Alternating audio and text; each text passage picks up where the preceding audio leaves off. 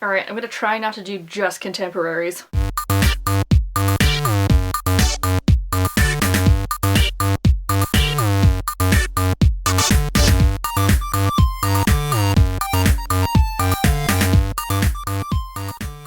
Hello, my literary geeks, what's crack-a-lackin'? Rachel, what are you wearing?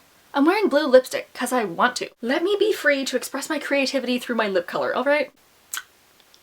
Bless No Transfer liquid lipstick. This one is the Kat Von D and in Echo. So the elusively well done standalone. It is hard to do. There are so many series out there, and unfortunately a lot of standalones are contemporaries, and I don't really read a lot of contemporaries, and even if I did, it would be super easy to do this list because I'm like contemporary, contemporary, contemporary, contemporary. However, I wanted to challenge myself, so I'm going to do a top 5 favorite standalones that only a few are actually contemporary. The first standalone is definitely not everyone's cup of tea. That is The Scorpio Races by Maggie Stiefvater. Scorpio Races takes advantage of Celtic folklore with the idea of kelpies, which are these water horse creatures that will pretend to be drowning, and then when someone swims out to save them, will drown their victims and eat them. That is one badass horse. And in this world, there is a town that takes these water horses that come from the sea and has the Scorpio races every year, where they race them to compete for this grand prize, and the two main characters are people that are entering the race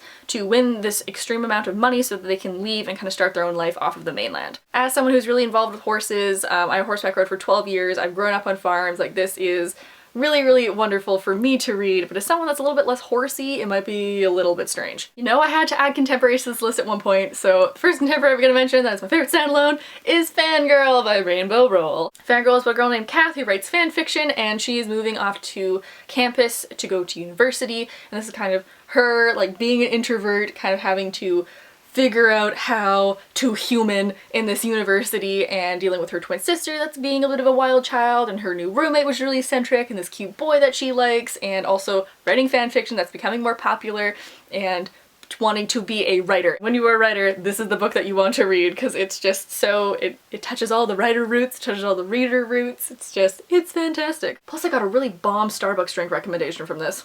This book is appropriate for having dark lipstick, and that's a book I don't really mention, although I should because I freaking loved it, and that is Shadow Queen by C.J. Redwine. If you like Snow White and the Huntsman, it's like that, but better. It was so dark and so creepy, and the huntsman is both like the hunter and the huntsman and a dragon, and then the evil queen is like super terrifying and has mind control, and Snow White is this badass chick that's gonna take back her throne, and she has a brother who's like really actually kind of awesome. The world was so interesting. I definitely could have gone for more than one book in this series, and I'm kind of sad that she didn't write anymore. A book that I will not shut up about, that I love so much, that is one of my favorite standalones, that is a contemporary, is The Sun Is Also a Star by Nicola Yoon. This takes place between the son and daughter of immigrant parents. Natasha's parents are being deported in this day, so she's trying to find a loophole so that she gets to stay, and Daniel's parents are pushing him towards a certain school he doesn't really want to go to, and they meet and they become friends and fall in love in one day, and it was so well written. It wasn't insta-lovey. There's so much about here about like identity and artistic freedom and like racism and family issues. The issues in it are really prevalent today. Do recommend.